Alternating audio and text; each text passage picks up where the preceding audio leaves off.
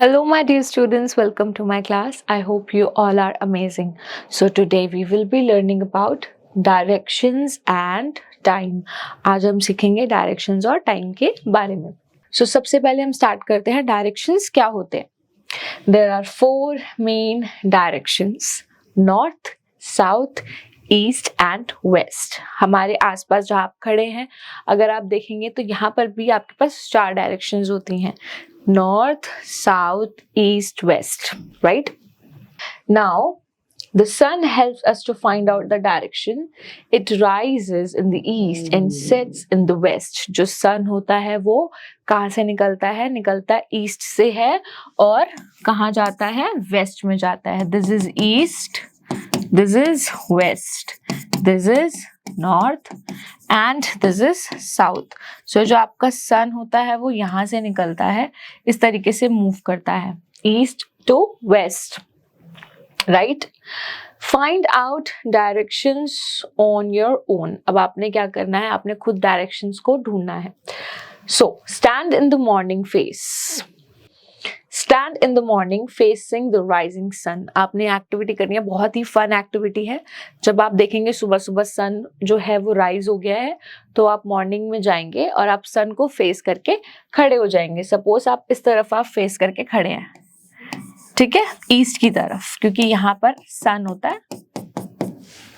आप ईस्ट की तरफ खड़े हैं सन को फेस करके. आपके जो बैक में होगा वो वेस्ट होगा, है ना, और आपके जो राइट में होगा वो क्या होगा? राइट में क्या होगा? आपके नॉर्थ होगा, है ना. ये राइट है ना. अगर कोई ऐसे खड़ा है इस तरीके से तो ये राइट हो गया. अगर आप ऐसे खड़े हो तो this is your right and ये आपका लेफ्ट हो जाएगा. जो भी आपका नॉर्थ होगा वो आपका लेफ्ट हो जाएगा. सो बहुत ही इंटरेस्टिंग एक्टिविटी है, आप इसको जरूर परफॉर्म करना. Directions in a map. अब हम देखेंगे कि मैप में किस तरीके से हम डायरेक्शंस को देख सकते हैं. A map is the drawing of a place on a paper. Map क्या होता है? जगह की जो जब हम ड्रॉ कर देते हैं किसी जगह को एक पेपर पे तो उसको हम मैप बोलते हैं, ठीक है. तो मैप के अकॉर्डिंग ही इस तरीके की डायरेक्शंस होते हैं. ये आपका नॉर्थ हो गया, ये साउथ होता है, ये आपका ईस्ट और ये आपका वेस्ट. जो top indicates your north, bottom shows the south, जो साइड होती है वो ईस्ट दिखाती है, राइट साइड, और जो लेफ्ट साइड होती है वो वेस्ट को रिप्रेजेंट करती है. अब हम बात करेंगे टाइम के बारे में. In early days people did not know how to tell time. पुराने जमाने में रिस्ट वॉच या फिर क्लॉक्स नहीं होती थी या फिर मोबाइल्स नहीं होते थे, तो लोग किस तरीके से टाइम बताते थे? ऐसा तो नहीं है कि पहले लोगों को टाइम नहीं पता होता था. तब कैसे लोग टाइम को डिफाइन करते थे? They guessed the time through sunrise. वो किसकी मदद से करते थे टाइम को गेस? सन की मदद से वो डिसाइड करते थे, ठीक है, कि किस तरीके से क्या टाइम चल रहा है. Sunset and the movement of the sun in the sky, इसकी हेल्प से वो बताते थे. They normally began their work with the sunrise and finished it before the sunset. वो सूरज उगते ही, सनराइज होते ही वो अपना काम शुरू कर देते थे और सूरज के ढलते ही, सनसेट होते ही वो अपने काम को बंद करके घर चले जाते थे रेस्ट करने. Nowadays we have clocks and watches to know the time. A clock or a watch is a device that tell us the time. आज के टाइम पे हमारे पास क्लॉक्स हैं, हमारे पास वॉचेस हैं, हमारे पास मोबाइल्स हैं, हमारे पास लैपटॉप्स हैं, डिवाइसेस हैं जिससे हम इजीली टाइम बता सकते हैं, ठीक है. तो एक ऐसा डिवाइस, क्लॉक क्या होती है? एक ऐसा डिवाइस जो हमें टाइम को दिखाने में मदद करती है. How to find time. Time को किस तरीके से बताएं? सो आप देखोगे सबसे पहले look at the clock. It has two hands, one big one small. और क्लॉक हैज 12 नंबर्स. कितने नंबर्स होते हैं क्लॉक के पास? 12 नंबर्स होते हैं.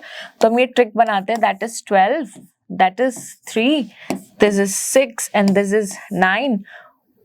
1 2 3 4 5 6 7 8 9 10 11. इस तरीके से हम इसको नंबर दे देते हैं, ठीक है. 12, 1 2 3 4 5 6 7 8 9 10 11. इस तरीके से क्लॉक होती है और क्लॉक के 2 हैंड होते हैं. अब जैसे कि यहाँ पर 3 बज रहे हैं। क्यों? क्योंकि जो छोटी वाली आर्म है वो 3 पर है और जो बड़ी वाली है वो 12 पर है। ठीक है, सो यहाँ पर हम देखेंगे as the time goes by the hands in the clock move from one number to another. जैसे जैसे टाइम चेंज होता रहता है, जो क्लॉक का जो हैंड है वो एक नंबर से दूसरे नंबर पर शिफ्ट हो जाता है। The small hand tell us the hour. ये जो स्मॉल हैंड है ये हमें क्या बताता है? आवर। मतलब कि अभी यहाँ पर 3 बज रहे हैं, और ये जो बड़ा हैंड होता है ये हमें बताता है मिनट। कितने मिनट्स हो गए? A complete day has 24 hours. पूरे दिन में कितने आवर्स होते हैं? 24 hours. Each hour has 60 minutes and each minute has 60 seconds। हर एक घंटे में कितने मिनट्स होते हैं? 60 मिनट्स होते हैं, और हर एक मिनट में 60 सेकेंड्स होते हैं। अब हम बताएंगे टेलिंग द टाइम किस तरीके से बताया जाता है। The day begins with the rising of the sun. दिन कैसे शुरू होता है? सूरज के निकलते ही दिन शुरू हो जाता है। Children go to school in the morning, it is also the time to start work. जो चिल्ड्रन होते हैं, आप लोग स्कूल कब जाते हो? जब सूरज उग जाता है। और आपके जो पापा होते हैं, मम्मी होती हैं, वो भी ऑफिस आपके स्कूल के बाद जाते हैं, राइट? और आप शाम को घर आ जाते हैं और आपके पेरेंट्स भी घर आ जाते हैं।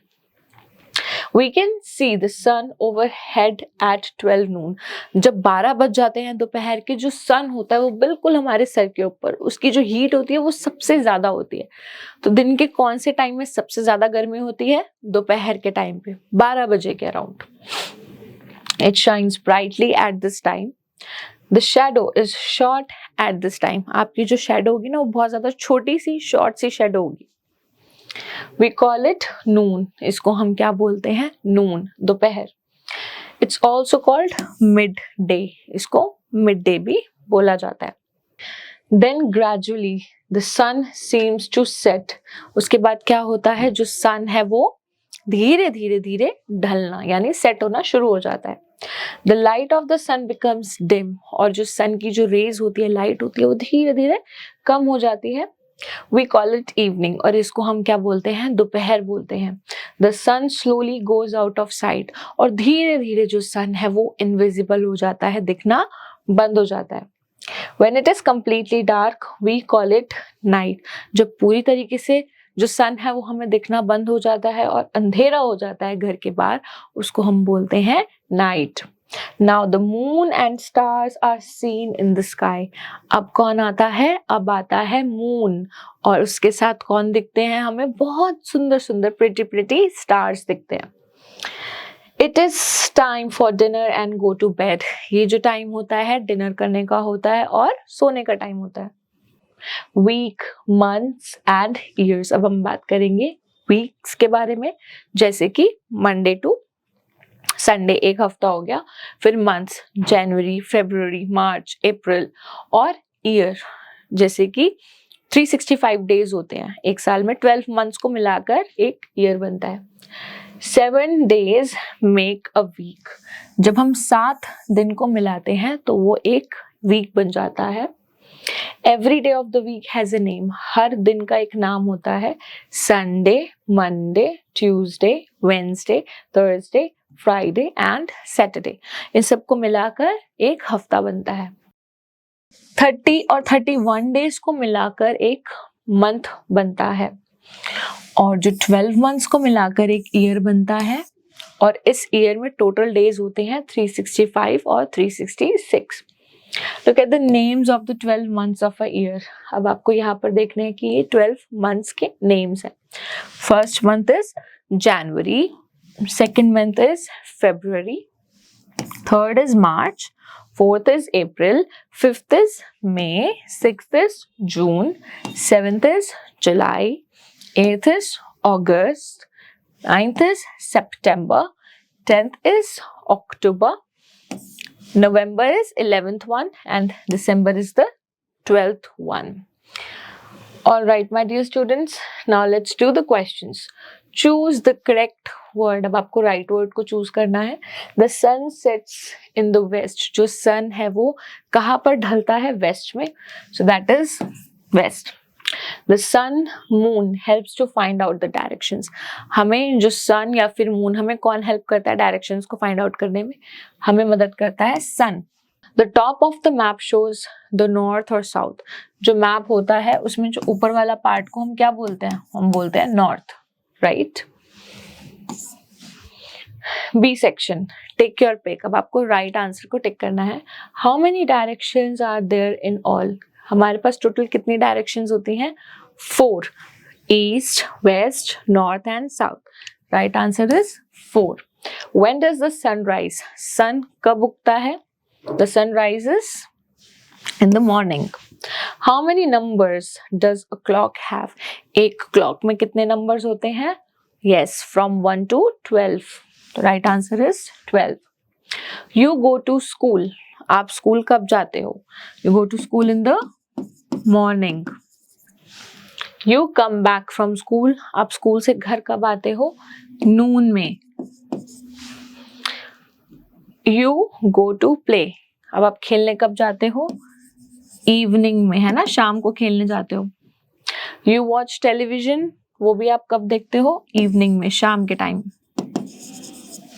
You go to bed. To sleep. आप वो सोने कब जाते हो? रात में. Alright, D section. Answer the following questions. अब आपने आंसर करना है यहाँ पे. How is a clock useful to us?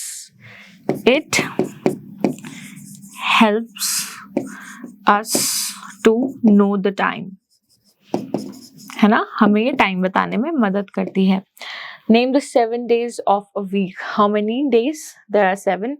Sunday, Monday, Tuesday, Wednesday, Thursday, Friday, Saturday. How many months are there in a year? एक साल में, एक ईयर में कितने मंथ्स होते हैं? There are 12 months. Alright, my dear students, so this is experimental learning. You can solve this with help of your teacher or your parents. Thank you so much for watching this video. I really hope that you have understood each and everything. I will be seeing you in my other videos. Till then, take care. Bye-bye.